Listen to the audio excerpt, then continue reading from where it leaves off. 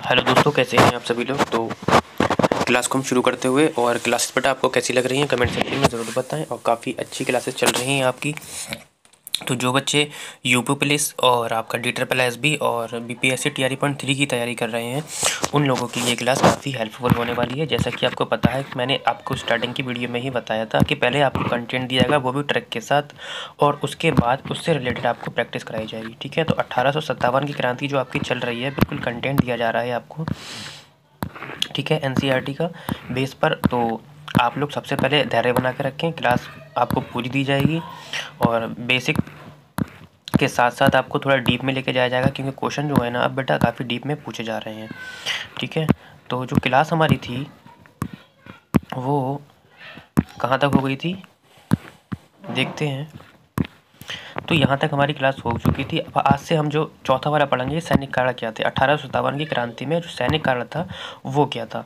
ठीक है, देख लेते हैं। तो सैनिक कारण क्या था, और आप लोग बेटा अपने दोस्तों को शेयर कर दीजिए, क्योंकि काफ़ी अच्छी और इम्पॉर्टेंट क्लास है आपकी। केवल कंटेंट दिया जा रहा है। ठीक है, जैसा कि आपको पता ही है कि पेड क्लास में आपको ये सभी ही मिलता है, तो मैं आपको फ्री दे रहा हूँ बिल्कुल। तो फिलहाल हम बिना देरी से क्लास को शुरू करते हैं। सैनिक कारण में क्या कारण था, असमानता थी। क्या असमानता थी देखते हैं। देखो, असमानता में क्या क्या था। ब्रिटिश सैनिक और भारतीय सैनिक के बीच क्या थी, पद की क्या थी, असमानता थी। ठीक है। तो भारतीय सैनिकों को क्या है, पद नहीं दिया जाता था, ब्रिटिश को दिया जाता था। ठीक है। और क्या था, ब्रिटिश सैनिक और भारतीय सैनिक के बीच वेतन की भी क्या थी बेटा, असमानता थी, कम वेतन दिया जाता था। ब्रिटिश सैनिक और भारतीय सैनिक के बीच पदोन्नति यानी कि असमानता थी, यानी कि प्रमोशन नहीं मिलता था।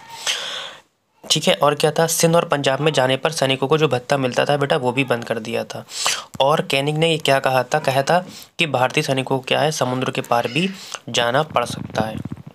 ये किसने कहा था, कैनिंग ने कहा था। तो एक स्टेटमेंट यहीं से पूछ लेता है आपका कि किसने कहा था कि भारतीय सैनिकों को समुद्र के पार भी जाना पड़ सकता है। तो ऑप्शन हो जाएगा आपका कैनिंग हो जाएगा। ठीक है। उसके बाद लास्ट पॉइंट इसका था कि 1854 ईस्वी में सैनिकों को जो निःशुल्क डाक व्यवस्था मिली थी, उसे भी क्या कर दिया था बेटा, बंद कर दिया था। ठीक है, ये भी इंपॉर्टेंट पॉइंट है आपका। अब जो हमारा क्वेश्चन बनता है वो यहाँ से बनता है कि पहला सैनिक विद्रोह कब हुआ था। देखो, पहला सैनिक विद्रोह बेटा 22 अक्टूबर 1764 ईस्वी में कहाँ पर हुआ था, बक्सर के युद्ध में हुआ था। ठीक है, पहले तो ये पूछ लेता है। दूसरा ये पूछता है कि इसमें एक तरफ कौन था और दूसरी तरफ कौन था। तो बेटा एक तरफ, इसमें एक तरफ की साइड में कौन थे, इसमें बंगाल के भूतपूर्व नवाब कौन थे बेटा, मीर कासिम थे। दूसरी तरफ अवध के नवाब कौन थे बेटा, शुजा-उद-दौला थे। तीसरी थी भारत के बादशाह कौन थे, शाह आलम द्वितीय थे। तो पहली तरफ तो ये थे, जबकि दूसरी तरफ कौन थे बेटा, दूसरी तरफ बेटा अंग्रेज थे, और जिसका नेतृत्व किसने किया था, हेक्टर मनरो ने किया था। तो बक्सर के युद्ध के बारे में भी पूछ लेता है, और बक्सर से रिलेटेड जो जानकारी थी वो मैंने मॉडर्न हिस्ट्री में आपकी जो क्लास यूपी पुलिस की चल रही है उसमें दे चुका हूँ। वो भी बहुत अच्छी कंटेंट, और उसमें क्या है, उसमें कंटेंट प्लस प्रैक्टिस दोनों के साथ साथ चल रही है। इसमें केवल पहले कंटेंट दे दिया गया, तो एक बार आप उसको भी जाकर देख सकते हैं। ठीक है। पहला धार्मिक विद्रोह क्या था, यहाँ से पढ़ लेते हैं। ठीक है, देखो पहला धार्मिक विद्रोह में क्या क्या हुआ था। पहला धार्मिक विद्रोह बेटा 1800 कितने में हुआ था, 6 ईस्वी में। कहाँ पर हुआ था, बिल्लौर मद्रास में हुआ था। ठीक है, ये याद रखना है, सीधे सीधे पॉइंट यहीं से क्वेश्चन बनेंगे आपके। ठीक है। दूसरा है कि इस समय यहाँ का गवर्नर कौन था, लॉर्ड विलियम बेंटिक था। ठीक है, जिसने मद्रास के गवर्नर पद पर रहते हुए 1803 ईस्वी से 1806 ईस्वी तक क्या किया था, शासन किया था। तो ये पूछ लेता है कितनी साल तक शासन किया था, तो आप यहाँ से कैलकुलेट कर सकते हैं। उसके बाद क्या था, इसने क्या किया था बेटा, धार्मिक में जो धार्मिक विद्रोह पैदा हुआ था वो क्यों हुआ था। जो इम्पोर्टेंट यही है आपका ये वाला पॉइंट कि इन्होंने कहा कि तिलक, पगड़ी, दाढ़ी, टोपी पहनने पर क्या कर दी थी, रोक लगा दी थी। क्या कर दी थी बेटा, रोक लगा दी थी। और इस कारण पहला धार्मिक विद्रोह क्या हो गया था, शुरू हो गया था। ठीक है। तो आप लोग बेटा ज़रूर बताएं कमेंट सेक्शन में कि क्लास आपको कैसी दी जा रही है, कंटेंट कैसा है। तो अब तक मैंने आपको सारे कारण बताए कि किस किस कारण से 1857 की विद्रोह शुरू हुआ था। लेकिन जो मेन कारण था, जो तात्कालिक कारण था, ठीक है, इसको हम थोड़ा सा डीप में पढ़ेंगे इस वाले कारण को। ठीक है।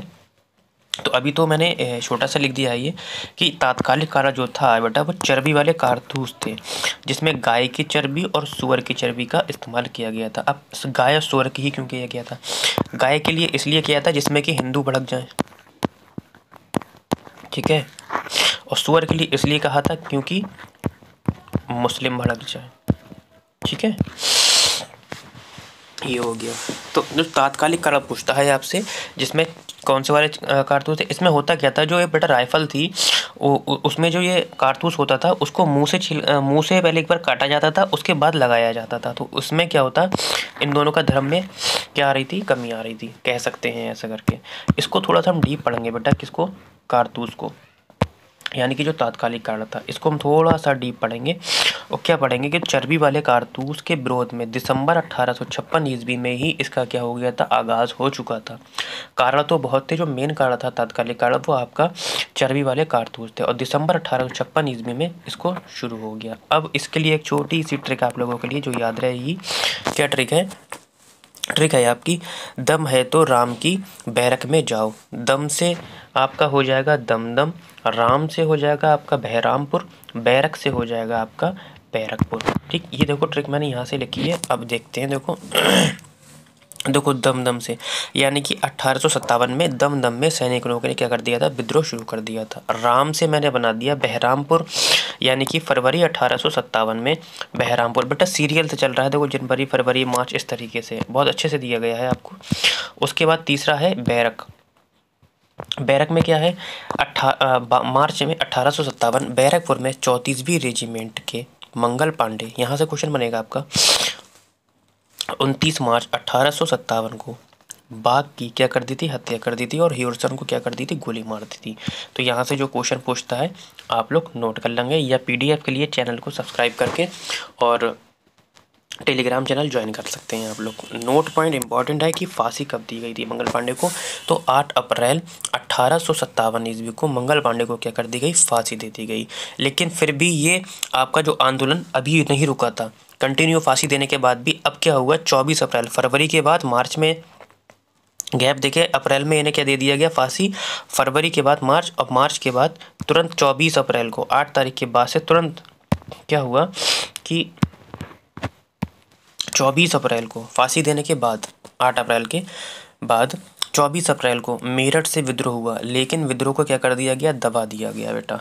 ठीक है, उसके बाद क्या हुआ, 10 मई, बिल्कुल बेटा सीरियल से चल रहे हैं आपके, 10 मई 1857 को क्या हुआ, मेरठ में कदम सिंह ने, मेरठ में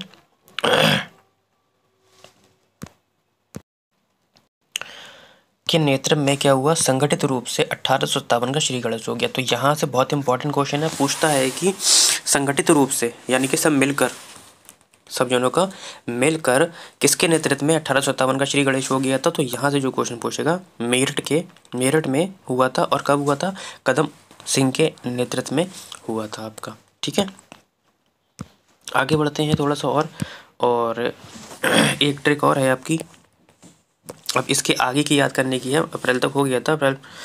ट्रिक है आपकी कि मेरा दिल कानपुर झांसी में वैलिड नहीं है, इलाहाबाद बरेली बनारस में वैलिड है। तो मेरा से बेटा आ जाता है आपका, मेरा से क्या आ जाता है, मेरठ आ जाता है आपका। ठीक है, और दिल्ली से दिल्ली आ जाता है, कानपुर से कानपुर, झांसी से झांसी, इलाहाबाद से इलाहाबाद, बरेली, बनारस। तो यहाँ से शुरू करते हैं आप लोग। आपका मेरठ ऊपर पहुंच गया।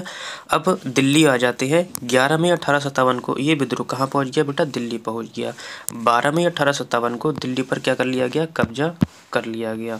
उसके बाद 11 मई 1857 में दिल्ली में बहादुर शाह जफर द्वितीय अंतिम मुगल बादशाह को विद्रोहियों ने अपना नेता मान लिया था। फिर क्या हुआ था, दिल्ली के शास्त्रागार में के प्रमुख विलोबी की विद्रोहियों ने क्या कर दी थी बेटा, हत्या कर दी थी। ठीक है, उसके बाद दिल्ली के गवर्नर निकोलसन की विद्रोहियों ने हत्या कर दी थी। इसके बाद एक पॉइंट बनता है कि निकोलसन की मृत्यु के बाद हडसन आया था। ठीक है, बाकी अभी और भी क्लासेस है तो वीडियो काफ़ी लंबी हो जाएगी बेटा, तो इसके लिए हम क्या करेंगे, क्लास को अभी यहीं विराम देते हैं। बाकी आपको क्लासेस कैसी लगी बेटा कमेंट सेक्शन में ज़रूर बताएं, और क्लास को शेयर करते रहें।